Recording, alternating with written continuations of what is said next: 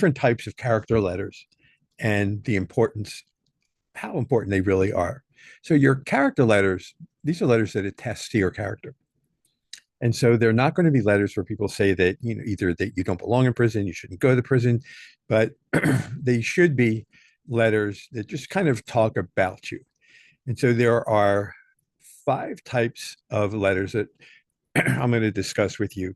But to be frank, candid with you, I had a sentence, a felony conviction about 20 years ago. I didn't know any of this. And yet I still had colleagues, physician colleagues of mine, that wrote letters to the judge that I knew nothing about. And they irritated the FBI, but they were truthful, and they I believe they really helped me in the long run. But I digress. And so let me straighten out my glasses. So in telling that in talking to the judge, they can start the letter out, Your Honor, dear judge, if they know the name. If they come from a person, they can sign the letter, but they shouldn't put any information on there, no address, no phone number. If they're coming from a business, it's okay to have their name and phone number on the letter. And so they identify themselves, and that they say that they've known you for a long period of time. They understand that you have a felony conviction. They know that you potentially could be going to prison. They could be a friend, a relative, a romantic partner, a spouse. Um, but specifically, how long they've known you, and what they know about you. Is this out of character? Or is it something where that you did this because you were pressed into it, or not that you had to, and not an excuse, um, but that you've known this person a long time, since childhood or through college or through work, or however long you've known them, and all the good deeds that you've done. You can tell facts about the person's character, the obstacles that they've had, or the role in the family, if there's a relationship with children, with spouses, again, whether they've acknowledged, at least within the confines of their relationships, if they've realized that they really committed a problem, they committed, that they're guilty, that they realized that what they did was wrong, and that you believe that they're not going to do this again, they're not going to reoffend. And so you want to, state your honest opinion of, what they're going to do, once they get out of prison, that they're not going to be going back, that you're going to be doing your utmost to help them get back on their feet. This is, especially if you're part of a support structure where, they may come back to live with you as part of the family, or a friend or a relative, where you'll be looking out for them and helping them get employment, insurance, get back on their feet. If they're able to go ahead and give, anecdotes. What do I mean?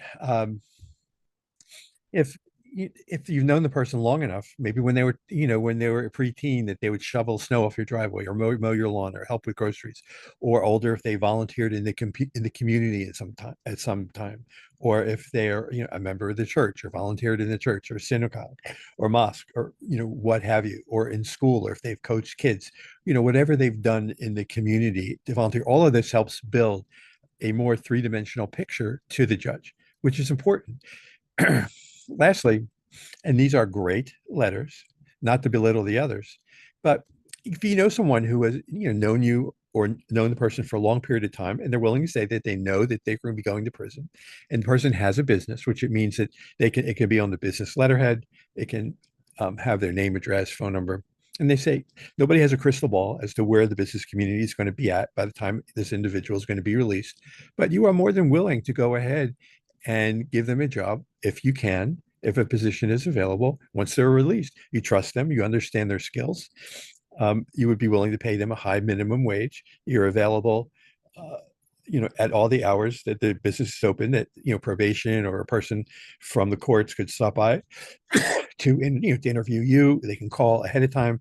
You're available by phone. If in fact the courts give permission for him to work there, or her to work there, that they would be, at this location, at this address all the time. And so, he or she would be making this amount of money. So you've pretty much answered a lot of questions for the courts just in this particular character letter. And by that, I mean, is that there's really a full court press on by the Trump administration and the new director of the Bureau of Prisons. We are now in the latter quarter of October. It's October 19, 2025. And the new director of the Federal Bureau of Prison, William Marshall, is really trying to get the First Step Act, Second Chance Act, those earned time credits stacked so that people who are eligible can be eligible, for early release to home confinement, again, if they're eligible. And while you don't have, it's not a requirement for you to have a job, it sure cannot hurt for you to have these letters in your file. And what do I mean by in your file? By having these letters in included in with your narrative, which I'll go into at another time, but all prepared before you get to your pre-sentence interview so your judge can see them. I mean, the purpose of this is to impact the court. And the best way to impact the court is to have them included in your pre-sentence report so that it makes it to the judge so that they're able to see what you've done with your life above and beyond your charges. Letters. What you do not want to do is offer an option to a judge where it says, "Don't, my son shouldn't go to jail, or a relative or friend should only get a short sentence." How you want to start the character letter? And I'm going to see if I can make this a little bigger without losing everything, and I'll try and do it by hand manually. Is it you want to start by just introducing dear judge, your honor, and then you want to identify yourself, who you are, and you want to explain by saying how long you've known the defendant. My name is. The best character letters often begin with the writer explaining, who you are and what he or she does. You should then explain how long you've known the person and the circumstances upon, and I'll keep moving this around, how long you've known the defendant. For example, is he a relative, a remaining partner, a friend, a former employer, or a former worker? More specifically, explain how you've met him or her, how well that you feel you know them, and how long you've been able to to form an impression about the defendant or that person. For example, because you've worked with them or known them for several years, you've known them ever since childhood. That gives you a background. Maybe you went to school with them for a long time, since elementary school, maybe through college. That would be unusual, but possible. Tell them facts about the defendant. Give them your frank opinion. They always want to know that about the defendant's character. You might want to discuss the defendant's childhood, if they had obstacles that they faced, that he or she faced, with their work history, the role in the family, his or her childhood with their parents, their spouses, were there work issues, were there problems or a role within their family, relationship with their parents, their children, even their spouses? Was there a work or medical issue, substance abuse? Was there a support structure available to them? I mean, all these are very important. And will there be a support structure available to them upon release in the future? What are their plans for their future if they've discussed that? You might want to talk about whether the defendant has expressed remorse for what they've done, for their actions, but also whether you believe that he or she is going to commit other crimes in the future. It's a big deal. Or if you're not comfortable, if you think they're going to commit other crimes, don't say anything.